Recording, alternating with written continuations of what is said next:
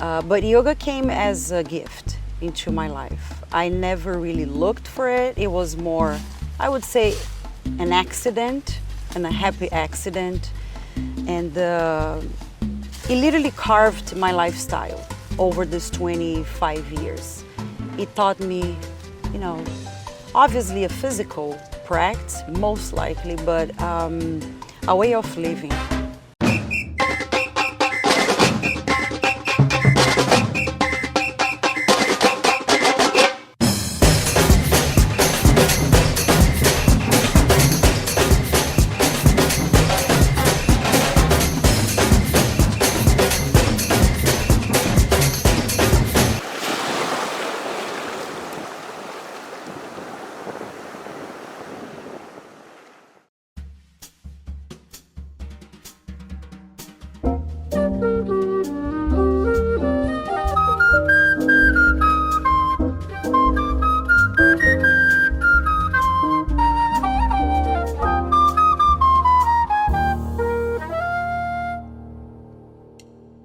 Okay, good morning, Chana.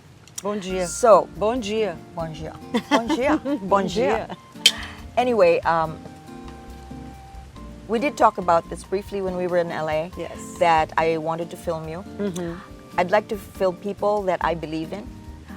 Many marketing people have advised me to film people that have a lot of followers, but I don't believe in that.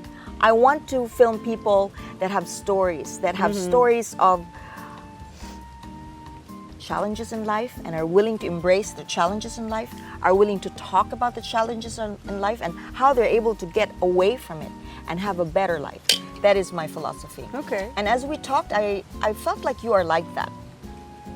So, what a better place to introduce to you my yoga leader now and in LA, Chanahira. And she's going to tell us her story. Okay, Chana, tell me, how did you, or how were you first? How were you as a younger girl? How was your life in Brazil? Well, I'm born and raised in São Paulo. I really never thought I would be teaching yoga. So that was something that came later in my life. After married and babies, I kind of like, I want to do something different. So that's how I bump into yoga. And since then, so about now, 26 years as a practitioner, around 19 years teaching. But yoga came as a gift into my life. I never really looked for it. It was more, I would say, an accident, and a happy accident. And it literally carved my lifestyle over these 25 years. It taught me, obviously a physical practice, most likely, but a way of living, in a sense of how to treat people, how to be in relationships better. Really? And I believe also the whole change that happened in my life, including moving to the United States later on when I was about 31, 32 years old, in a search to deepen, to like, how can I learn this more? How can I get this better? How can I be a better human? Not a better teacher, a better yoga practitioner, but how can I be a better human? And that's when I think yoga really got under my skin. It's not just, it is a lifestyle. It is a way of seeing life and relate it to other people. And I also find out later, after 10 or 15 years of practice, that I could help people through that. And that's when, to me, it was like a completely falling in love relationship. It's not just me doing something, but also offering or giving people tools to heal from traumas or physical stuff or whatever it is, correct? Or just embrace the beauty. Look at this retreat, look where you are. Bringing you here for me, that we talk about that in LA, having a special meaning to bring a person like you experiencing through the eyes of yoga, this place and these people, and open up to new experiences. I think that's very much right now what yoga is for me. And as we were speaking a moment ago, it's a daily choice, correct? Right. You keep going back.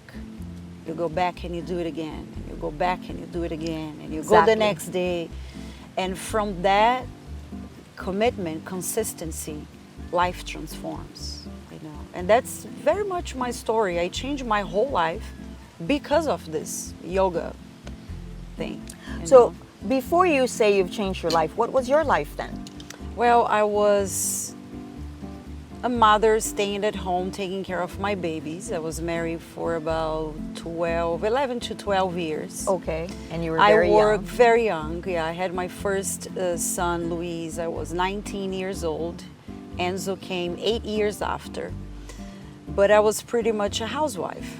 I did work before that in the financial market in Brazil, like administration, but nothing very professional speaking. I never had like a formation, you know, like university. So it was more like a side job until I got married. And then for those 10, 12 years, I was pretty much taking care of my babies, my house, my dogs, my husband. So it was nothing really like a career, looking like a career at the beginning, you know. And that's when I started yoga, at the very end of my marriage. Things wow. fell apart a little bit. I was a little lost. I still being young, I consider myself young when I also divorced. So this kind of like being a little bit hopeless with relationship, but understanding that it was about me. It's Right. always about us, correct? Right, it's Sometimes always we about blame us. people. We're like, oh, Exactly. you this, you. But it's not. It's, you know, It's it was about me us, with about you. me. So I also think like the curiosity and the necessity of looking for a path within to find myself, so I could be in a better relationships, also with my kids, you know. But very simple life in Brazil. I come from a very simple family. My family originally part from Italy, my mom's side. My father's side, my grandma from a small little island in Kenya, my grandpa from Lebanon. So all immigrants, correct? We all got Right. here with this dream of doing something. you Land know? of opportunity, huh? Exactly. At that moment in Brazil where things were quite complicated politically, yeah. But again, being very united, very loving, caring, close family. You know, I still have that with my mom. We're very close. That to me is my base. It's where, to me, where everything comes from. We're still very connected, and I appreciate that very much. And I believe I build that for my boys too. We're very united, very connected. We're also good friends. But America completely flip it the whole thing. It's like no more, you know, the American way of life, let's say that. So are you saying a no to the American way of life? And if you are, at what point did this happen? Yoga helped me with that. That's why I'm telling you, the yoga was the train track. All I had to do is keep my eyes on it and follow that path.